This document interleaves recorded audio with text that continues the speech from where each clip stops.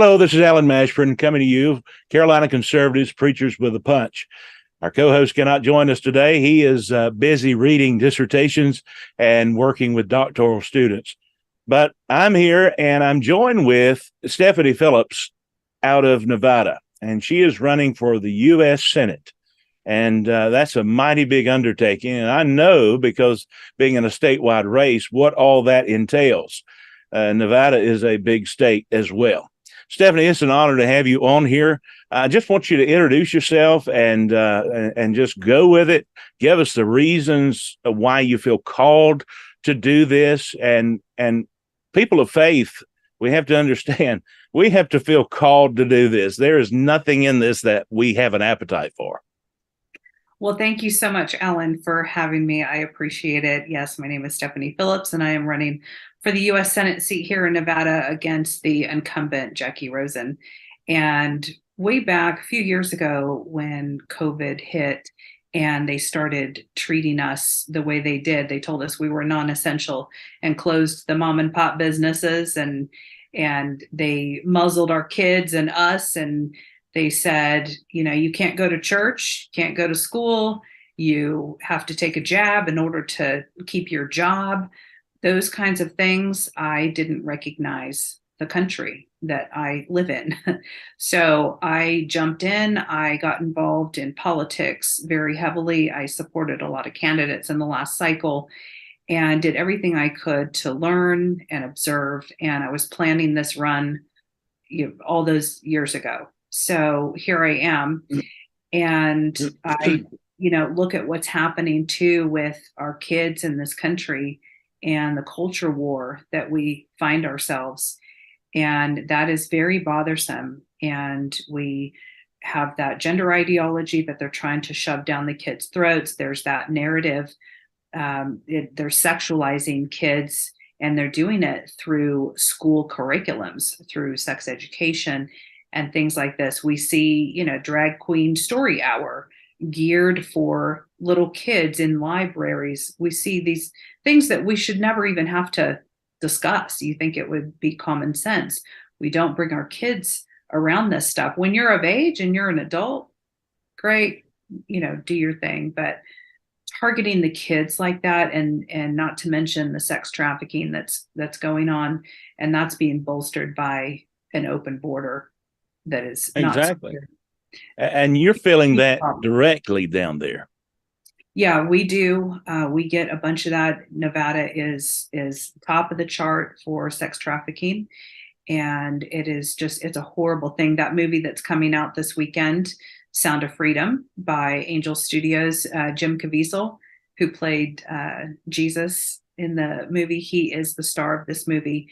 And it's about sex trafficking, and it's about Tim Ballard, who runs the Operation Underground Railroad and saves and rescues trafficked children all over the world. Mm-hmm.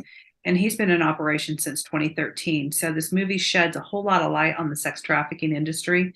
And one of my top platform items is kids. And this particular item really needs to receive some national attention and proper resources and funding from the federal government.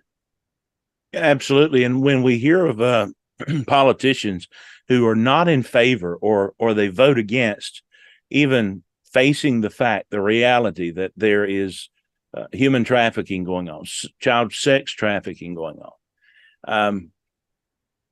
I go back to the principle that Jesus said, if you're not for me, you're against me. If you're not against this, then the message, the implication is you're for it, if you're not willing to do anything about it. And I think you hit the nail on the head when we go back to when COVID hit.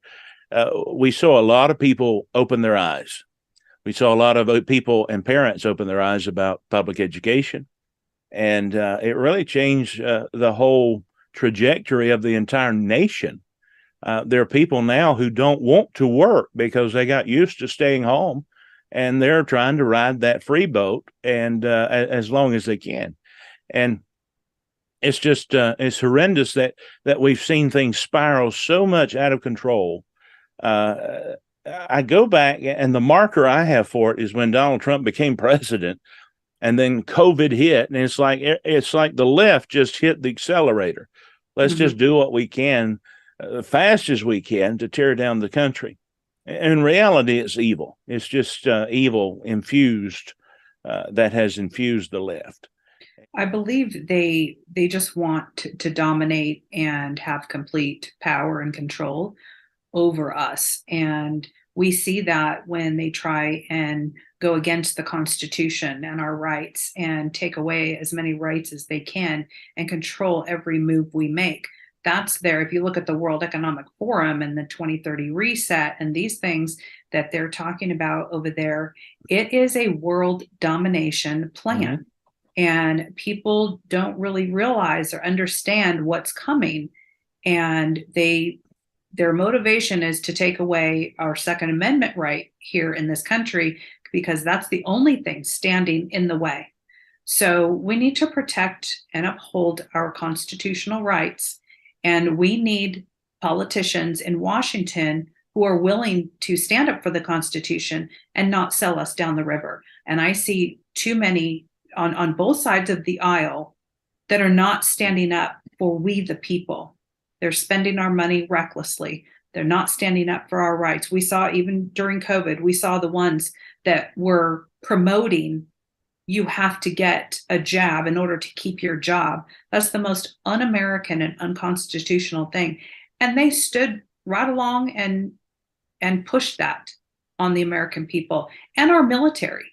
And I am going to make sure when I get to Washington that those veterans that separated from the military because their religious exemptions were not being approved and they had to separate because they didn't want the jab, they are restoring all of them, and they need to restore all of their back pay and everything, because what they did to them was horrendous.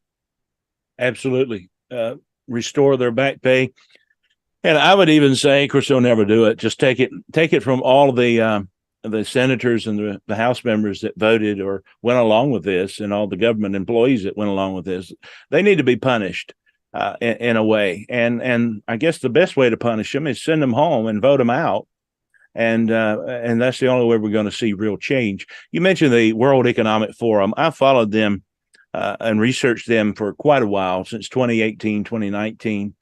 And in 2020, when COVID hit, on their website, they made it very plain that COVID was actually a great tool to cause a great reset. And it was on their website, and that's since been scrubbed because I've gone to try to find it. But and then they also noted that one of the great restrainers in their way from achieving the 2030 reset was the United States. So going back is just to add to what you just said, our sovereignty as a nation is being sold down the river because we have people in leadership. They haven't got one inkling of a principle of leadership in their bones, but we have people in leadership who are selling us as a country a false bill of goods to the media or through the media, and then completely selling us down the river. We think of what has just come out of the Supreme Court just this morning, and by the time this is released, it'll be old news. But they have said that affirmative action is unconstitutional. It is illegal, and then we have DEI being so ingrained in everything in the federal government. And it is completely, as you mentioned before we went live, it is reverse racism. Racism in the country has been a plague, but it was a plague that was coming to an end until we saw Obama come in. And Obama did what he could to revive that. And then it just spread like wildfire when the Trump administration came in, not by the Trump administration's doing, but by the left. Everything you do now, you're racist. If you don't agree with them, you're racist. If you don't enable or approve or accept child transitional surgery, which we have now banned legislatively in North Carolina. It's been sent to the governor now. He'll veto it, but we have a supermajority Republican, so we will override it. But if you don't accept that, you're racist. That word is the most broadest term now. It covers it. If you don't like seafood, you're racist. I mean, we use it for everything nowadays. Yeah. No, we hear that all over the place. I have been called a racist many times. I have been called a transphobe, a homophobe. I've been called every name. And they don't have anything to back up their statements and their narrative and their agenda.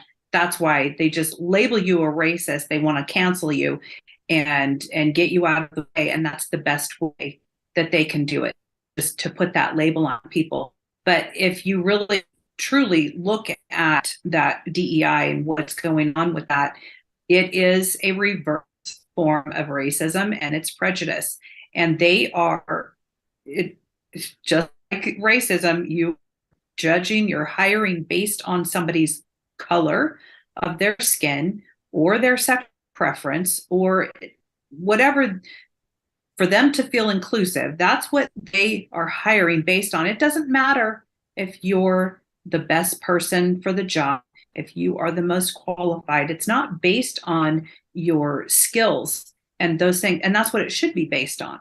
Mm-hmm. So when they want to get rid of racism and all this, they're promoting it. And there are race baiters out there in this country that constantly talk about it and they constantly stir the pot. And the media is complicit and they go along with it. And that's why we still have this problem in this country. Yeah, they will never let it go. They will never let us progress as a culture past that point, because it's just like politics. If you notice in politics well, take the abortion matter. When Dobbs came down and it was sent back to the states that could do something, and everybody had marched and demanded a total ban for 50 years. And then all of a sudden we wanted to incrementally go down. We wanted to go down from, in North Carolina, it was 20 weeks. That's what our ban was before Dobbs came down. And then some wanted to go to 16 weeks, and then some wanted to go to 18 weeks, and then 16, and then 12. So it dawned on me, the reason why they don't want to eradicate abortion is because they've run on it. They've run on it to get elected. They run on it to get fundraising. And if they actually do their job, they'll actually have to come home and do something else. You can't continue to run on something when you actually solve a problem. You have to keep creating problems so that you can keep coming up with solutions incrementally. So that's just my observation. I'm sure many would disagree with me on that. I don't care. That's what I see. But I think you would agree. I do agree. And yeah, they're probably going to run on abortion again this time because they have nothing else to run on. And, abortion, the messaging here in the last cycle, I couldn't believe how many people didn't know that abortion here is protected and it's in the Constitution. So, we saw all these commercials come out against the Republicans, and they all said, so-and-so politician is going to ban abortion, you can't vote for them and all that. All of the commercials were a lie, because nobody can ban abortion in this state. It has to go on the ballot, and it's up to the Nevada voter if that's ever going to change, it's going to be put on the ballot. So, but our messaging, we didn't attack that enough. We didn't put out there enough what the facts were. So in talking, to a lot of people that I come across, they had no idea, and they will vote for a politician or not, just basically based on what their opinion of abortion is, and thinking that, oh, this one's going to ban it and this one's not, so let me vote for this one. And it's amazing. I'm gonna do a whole video on abortion and talk about that subject, because even though it's highly controversial, we need to talk about it. Close. You're very close to the border. Mm-hmm. Because you are, you get an influx of problems from the border, an open border. And where I'm going with this is something that has become a terrible problem in our state, fentanyl. Mm-hmm. And I was not fully aware until I started running for lieutenant governor of the danger.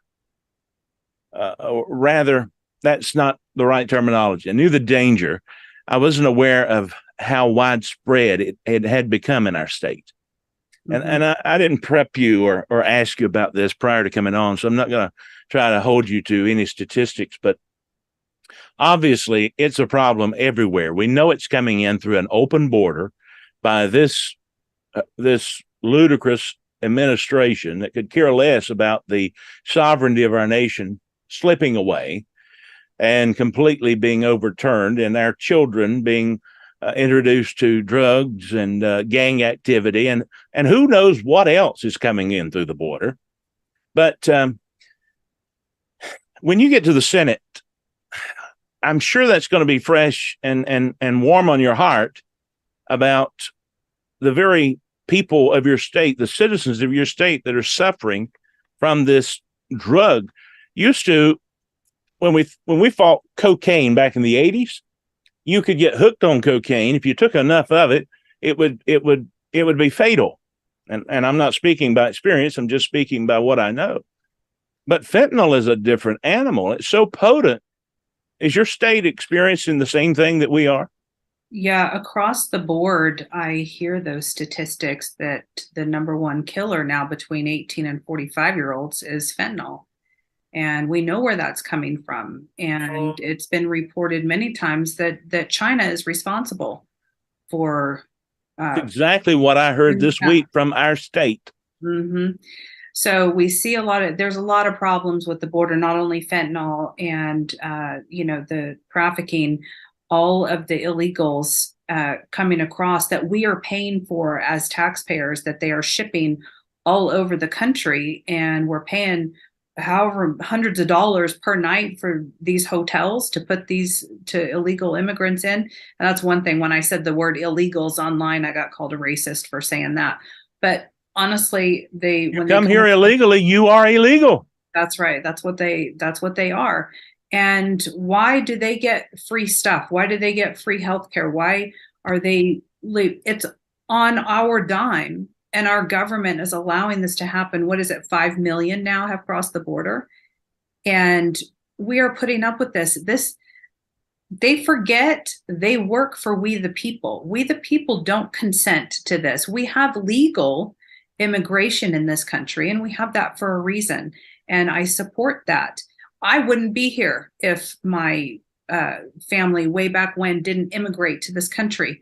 So, but there's a way to do it, and there's a way to do it properly. And I believe the Trump administration, with the policies they had in place, it was working and functioning, and our border was secure. We need to go back to those policies, because what's happening now is a complete invasion in our country, and I call it treason.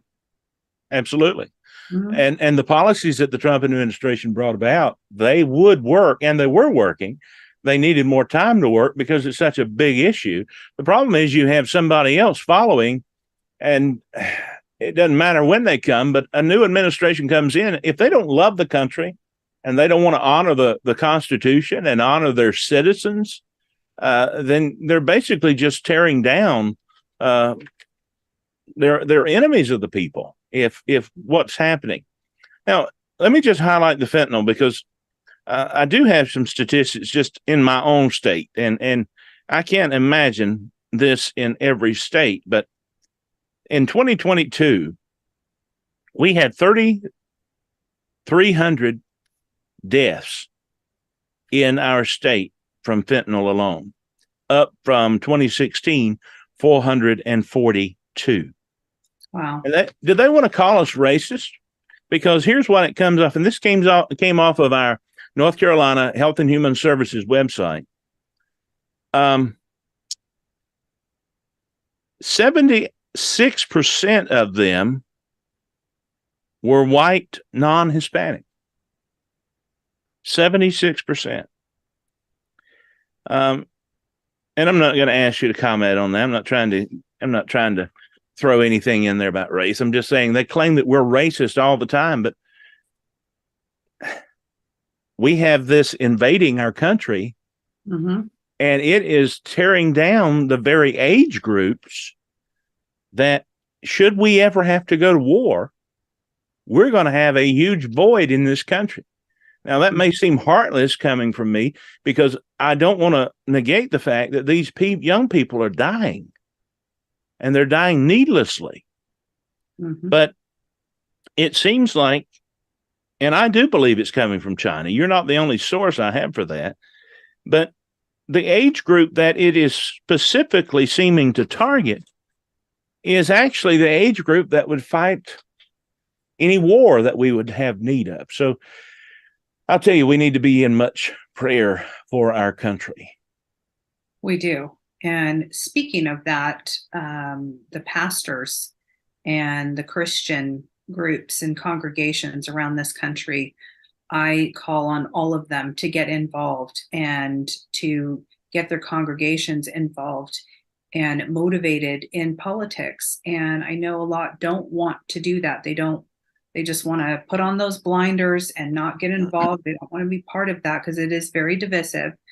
But if we don't invigorate our community and the Christians, so many Christians, millions of Christians sit home and don't vote because they don't want to be involved. But we are going to lose our country that way. This is how bad it has gotten. We have seen that they are trying to destroy our country from within. They do things against America that are not pro-America, the border being just one of them, one of many. Look at the two-tier justice system that we have in this country now. And we see rules for thee, but not for me.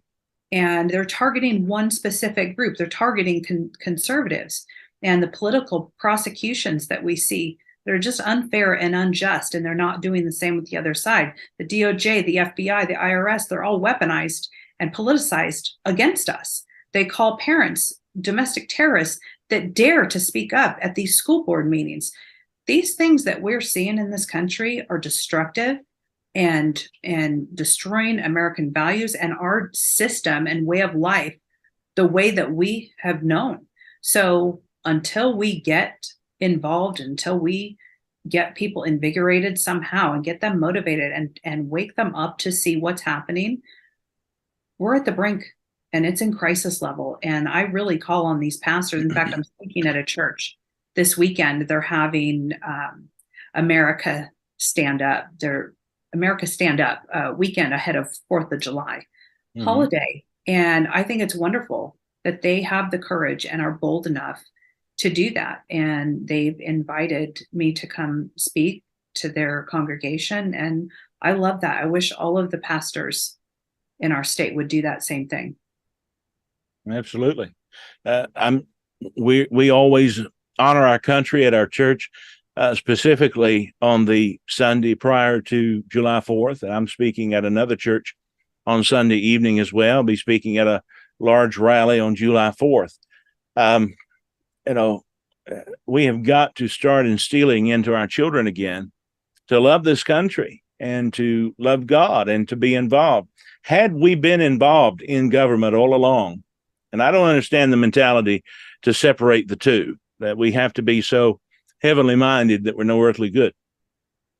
I don't understand that. Had we been involved, we would not be where we are if believers had taken government, because God established civil government.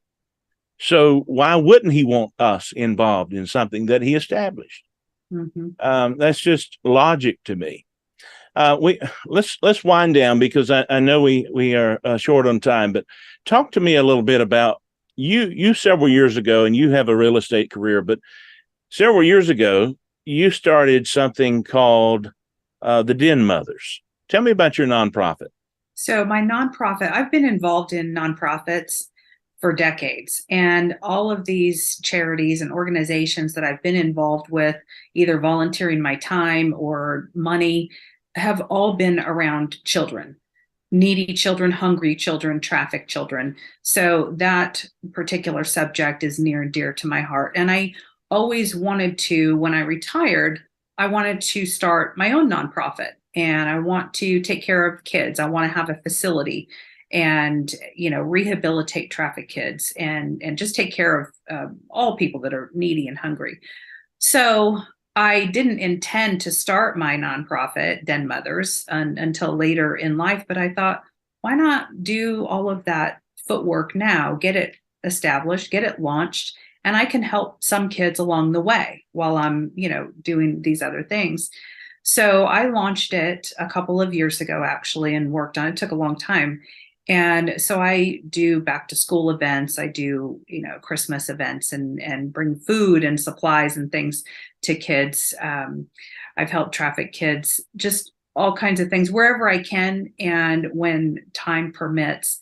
But eventually, when I am done with politics and I retire, I want to have a facility not only in Nevada, but one in every state, a Den Mothers facility. And I want to be able to take care of these kids and house runaway teens, pregnant teens, abused moms, single moms that have nowhere to go, our precious veterans that we have on the streets that, are homeless.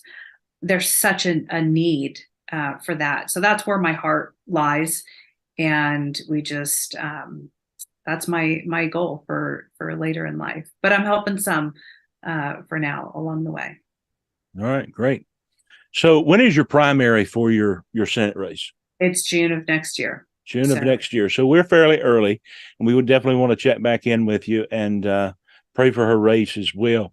Where can we find you on social media, on your website, and just put out everything that you can?